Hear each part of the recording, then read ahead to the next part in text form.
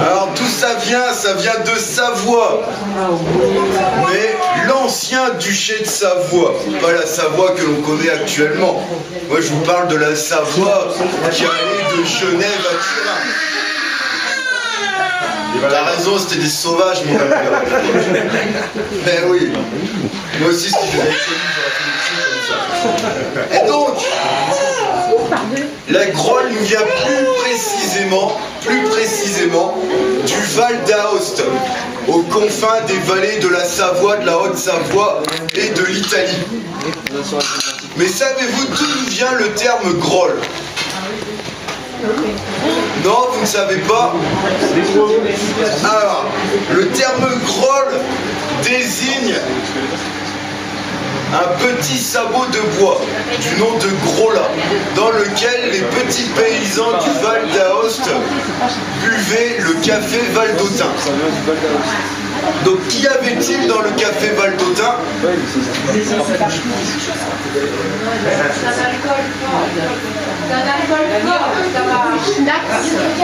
Alors déjà, dans le café valdôtain, il y avait du café, messieurs, dames. Ah oui. Ensuite, dans le café, qu'est-ce que l'on pouvait mettre? De l'agnole. De l'agnole, effectivement. Et quel genre de gnôle en Savoie? Non. Qu'est-ce qu'il y a? La gentiane. Du génépi, messieurs, dames. Voilà, en Savoie, on met du génépi.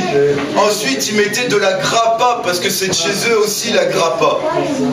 Et donc, ensuite, on pouvait mettre des zestes d'orange, ou bien de citron, quelques bouts d'agrumes pour parfumer un tout petit peu. Ensuite, une deuxième explication descendrait tout droit du Saint Graal. C'est vrai que Saint Graal, Groll, ça se ressemble un petit peu dans la dénomination. Et le Saint Graal, tout le monde sait que c'est la coupe dans laquelle on a recueilli le sang du Christ. C'est vrai qu'on pourrait largement imaginer cette histoire. Maintenant, vous dites, mais Aurélien, bah, vous connaissez pas mon nom, mais vous pourrez le dire quand même. C'est vrai. Vous dites, Aurélien, c'est bien beau, tu nous parles d'un truc qui vient du Val d'Aoste à 375 km à vol d'oiseau d'ici.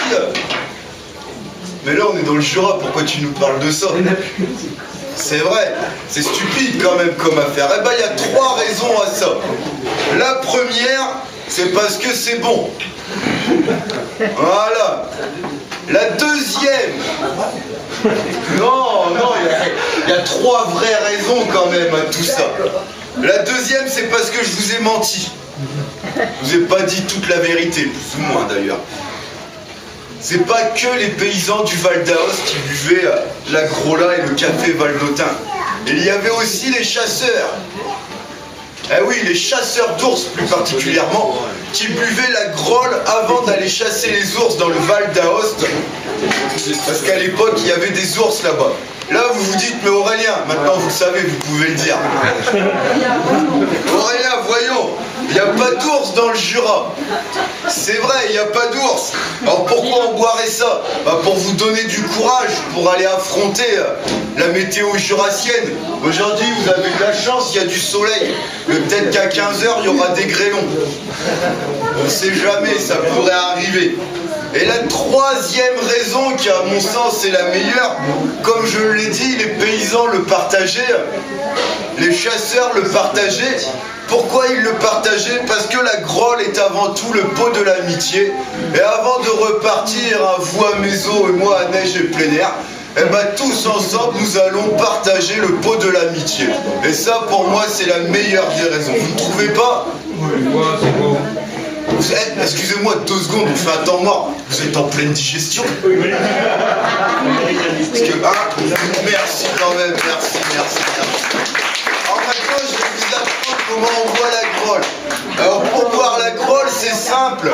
On prend la main gauche, on prend la main droite et on applaudit.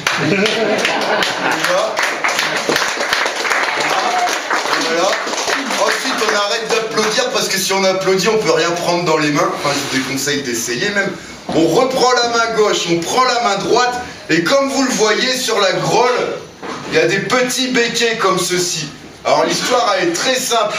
C'est on bouche avec les pouces les 2 trous qui sont de chaque côté d'un béquet. C'est bon pour tout le monde? Attendez, je vais vous montrer. hop, comme ceci. Vous voyez? Hop, et après, analysez bien ce geste. Regardez bien, c'est un petit jeté de cou en arrière, mais très lentement, sinon on s'en met partout. Regardez bien. Et voilà, ni plus ni moins. Et après, il y a deux règles. Il y a deux règles. C'est on la passe toujours à sa droite. Tiens, Val, t'as gagné. À moins que vous buvez. Non?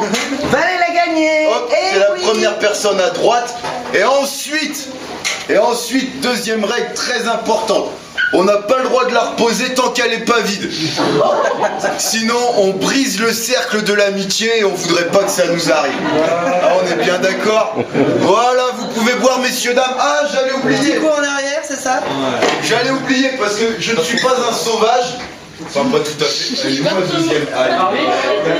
Bravo! Et comme il y a beaucoup d'enfants, les enfants aussi, ils ont le droit de partager le coup. Ouais, ben, je me suis loupé. Ben ouais, j'avais dit qu'analyser le geste, un petit lancer de cou en arrière, tout doucement. Et donc là, il y a une grolle sans alcool pour les enfants avec du jus de fruits. T'es sûr? Hop, tiens, voilà ma grande. Non, mais déjà toute seule, t'es comme ça, je pense qu'à deux, t'es mort. Doucement, doucement. Tu bois? On faisait des douceurs, je voulais le fort.